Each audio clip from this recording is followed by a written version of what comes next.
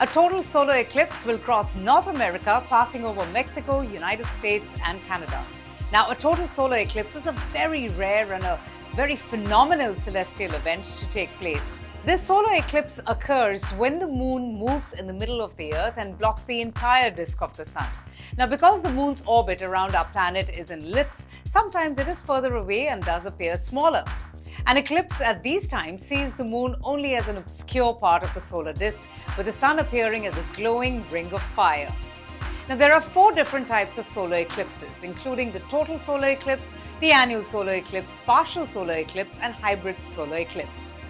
When the moon blocks the sun entirely, the areas in the center of the moon's shadow at the time witness a total solar eclipse. The sky darkens and people who are in the path of a total solar eclipse can get a glimpse of the sun's corona, that's the outer atmosphere, which is usually not visible due to the bright face of the sun. When the moon passes in front of the sun but is at or near the farthest point from the earth, that's when an annular solar eclipse occurs. In this scenario, the moon covers the sun in such a way that only the periphery of the sun remains visible. That reminds one of a ring of fire.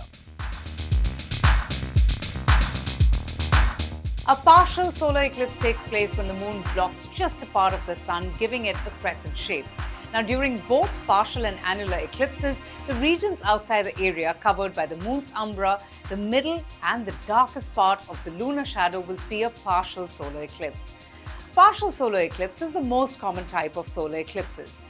A hybrid solar eclipse, the rarest type of solar eclipse, is witnessed when an eclipse shifts between annular and total as the shadow of the moon moves across the globe. Now, in this case, some parts of the world sees a total solar eclipse while others observe an annular solar eclipse.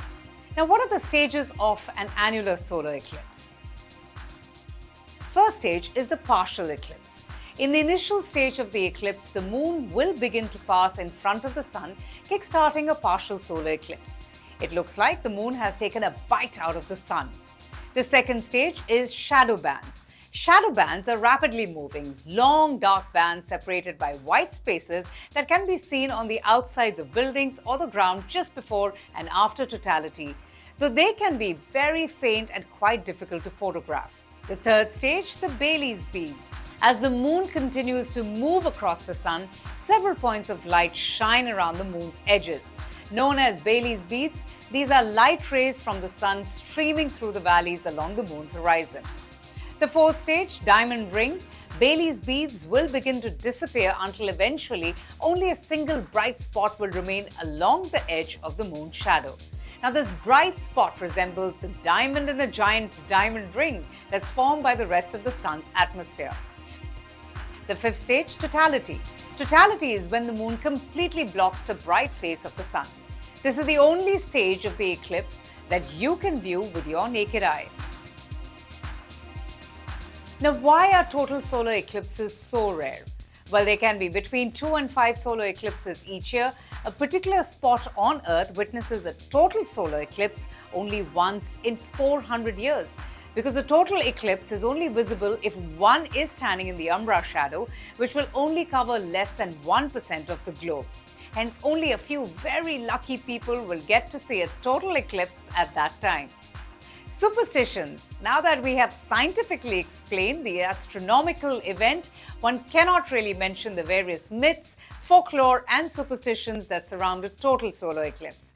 It's quite fun to read about how ancient people explained what happens with the sun, which is the source of our light and life during a total eclipse. For many people in ancient times, a total solar eclipse generates fear or some thought that the world would just completely come to an end or their lives would be eclipsed by some sort of evil force.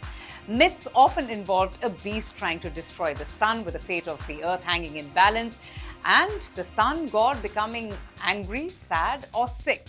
Well, whatever your beliefs are, this is a once-in-a-lifetime opportunity, and space enthusiasts in particular will definitely not want to miss this one.